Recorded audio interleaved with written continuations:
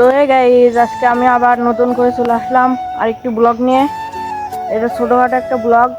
আমি কিন্তু ইউটিউবে নতুন, আমি একটা ভিডিও ছাড়া আছে আমার ইউটিউবে, ওই ভিডিওটা সবাই দেখবেন। আর এটা আমার দ্বিতীয় ব্লগ জীবনের।